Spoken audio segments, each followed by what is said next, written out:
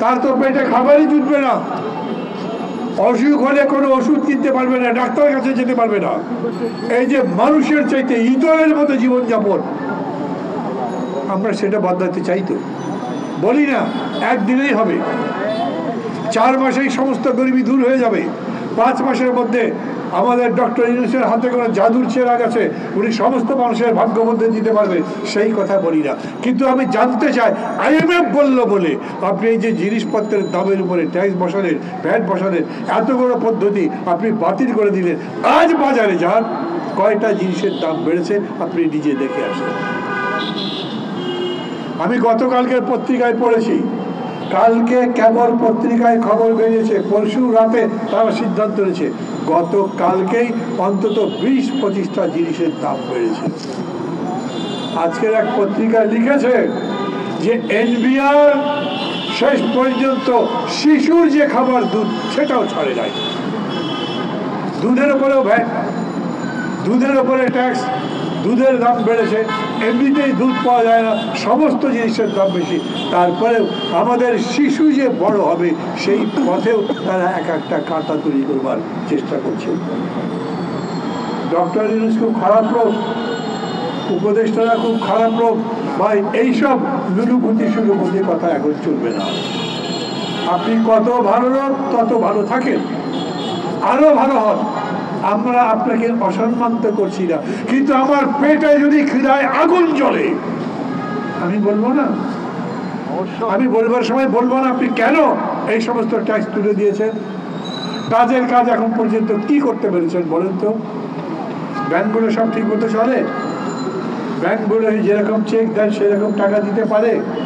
এখন পর্যন্ত ব্যাংক তার নিয়ম অনুযায়ী সবগুলো ব্যাংক চলে, সবগুলো ব্যাংকে যথাযথ তারল্য আছে, প্রয়োজনীয় টাকা পয়সা আছে?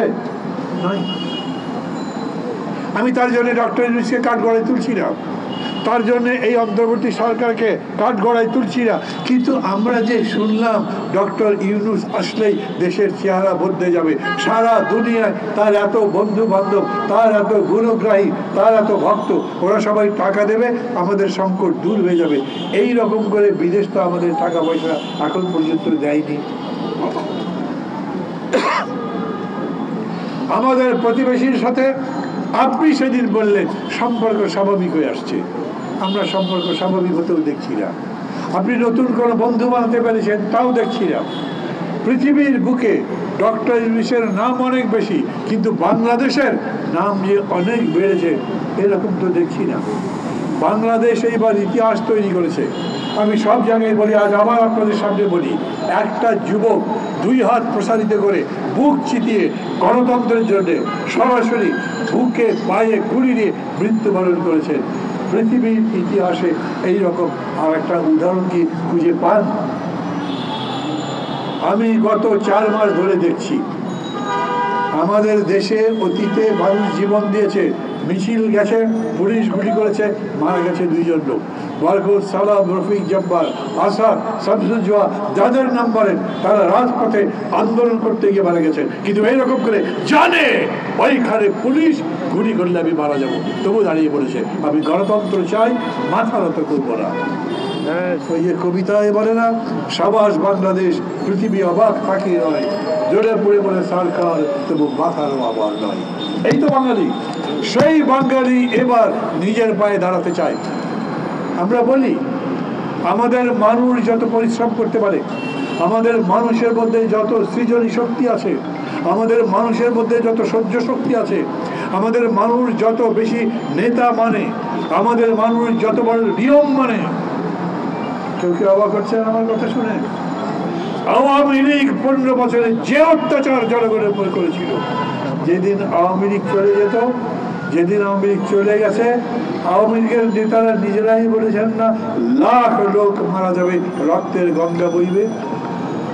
কোন মানুষ মরে ঢাকার রাজপথে পড়ে আছে দেখেছেন? না।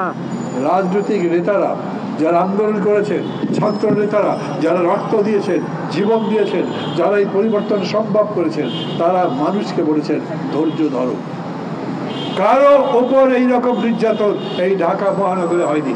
বাইরে অনেক বড় বড় জালিমকে বাড়িতে থাকেন এইরকম আমি ঘটনা দেখেছি।